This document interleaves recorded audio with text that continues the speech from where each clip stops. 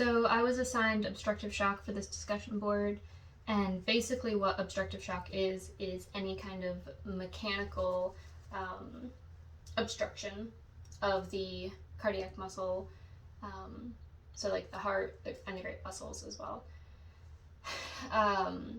Causes can vary.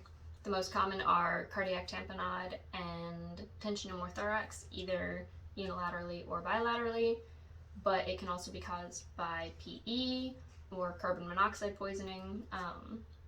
As the carbon monoxide binds to the hemoglobin, it prevents the oxygen from binding to the hemoglobin, so you're not getting any oxygen. And it leads to all sorts of wonky things that aren't so good for your body. But basically, the blood flow to the heart, the great vessels, gets blocked off, hence obstruction. Your signs and symptoms include a rapid and weak pulse, fast, shallow breathing, especially in the presence of tension pneumo or PE, because you just can't get enough oxygen in, no matter what your body tries to do. You can also see cyanosis, hypotension, again with cardiac tamponade or tension pneumothorax. Those are common signs. JVD, cyanosis, and tracheal deviation. I have notes. Tracheal deviation will also be seen just as the pressure increases in the thoracic cavity. It can shift everything one way or another. Your assessment is kind of based on the ABCs, obviously, or CAB, depending on if there's intense bleeding. So you make sure your airway is open, address the tracheal deviation if needed, give like a airway adjunct if needed, and then work of breathing, assess that, get your lung sounds. Diminished lung sounds is another sign and symptom, or absent, both in the presence of PE and tension pneumos. For tension pneumo, you can treat with needle decompressions.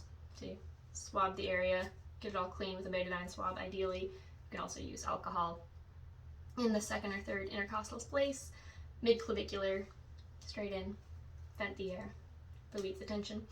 That will also help alleviate hypotension and JVD, which is a light sign of the tension pneumothorax.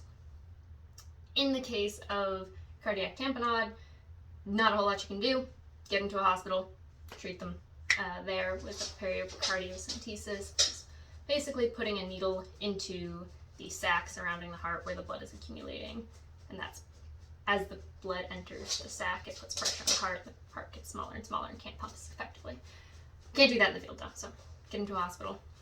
You can treat the hypotension with fluids to keep the vein open, but you don't want to overload them, especially if they've got like any fluid in their lungs from comorbidities.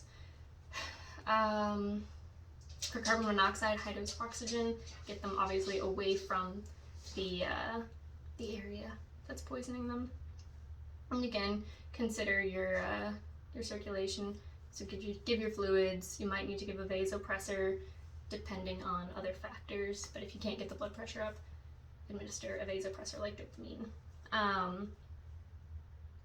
Let's see, for PE, also not a whole lot you can do, but you can look out for the cyanosis and supply high dose oxygen with a non-rebreather mask of 15 liters per minute.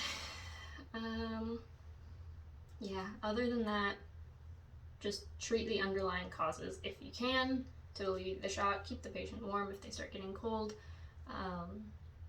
Monitor the vital signs. Monitor your pulses, your skin. Are they getting pale? Are they warm? Are they flushed? How's that pulse feeling? Is it jumping around like crazy? Yeah, so not a whole lot you can do.